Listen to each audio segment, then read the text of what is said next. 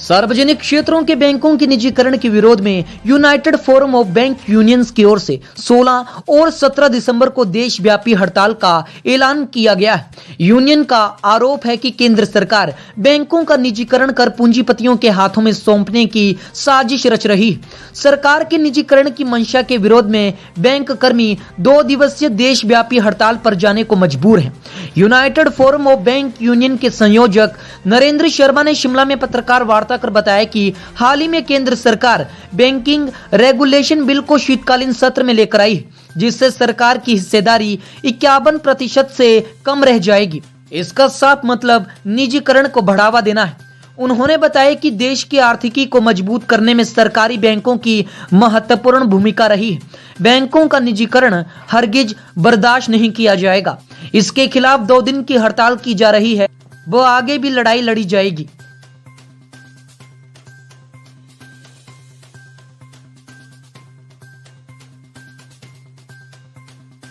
ये जो 2 दिन की स्ट्राइक है, ये United forum of Bank Unions, umbrella organisation, 4 officers और 5 वर्कमैन यूनियंस 100% जो अम्ब्रेला कवर देती है पूरे ऑफिसर्स और एम्प्लॉइज़ को ऑल ओवर इंडिया, उसके आह्वान पर हिमाचल में under the banner of united forum of bank union Himachal Pradesh, सभी पदाधिकारी मेरे साथ हैं। हम लोगों के आह्वान पे 100% पूरे हिमाचल में ये 2 दिन की स्ट्राइक होगी। ये सुबह हम 11 बजे डीसी ऑफिस के पास शुरू करेंगे और 2 बजे तक ये स्ट्राइक रहेगी। ये बैंकों के निजीकरण के खिलाफ ये स्ट्राइक है, क्योंकि जिस तरह से सरकार बैंकों का निजीकरण के लिए एक bill winter session of parliament में लाई है, हमारा ये मानना है कि इस बिल के आने से बैंकों में सरकार की हिस्सेदारी 51% से कम हो जाएगी और जिस भी संस्थान में सरकार की हिस्सेदारी 51% से कम होती है वो टेक्निकली निजी हाथों में चला जाता है और उसकी मैनेजमेंट निजी हाथों में चली जाती है।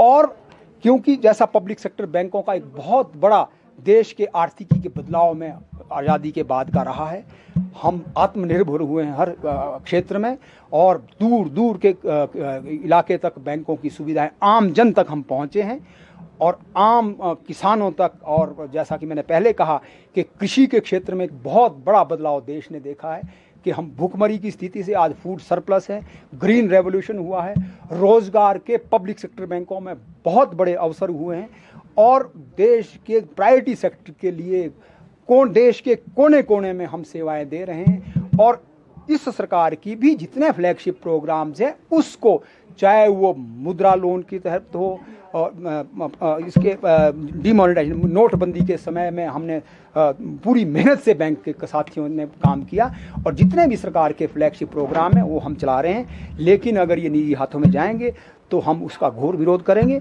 क्योंकि ये सभी पब्लिक सेक्टर बैंकों के कर्मचारियों अधिकारियों के अस्तित्व से जुड़ा हुआ प्रश्न है।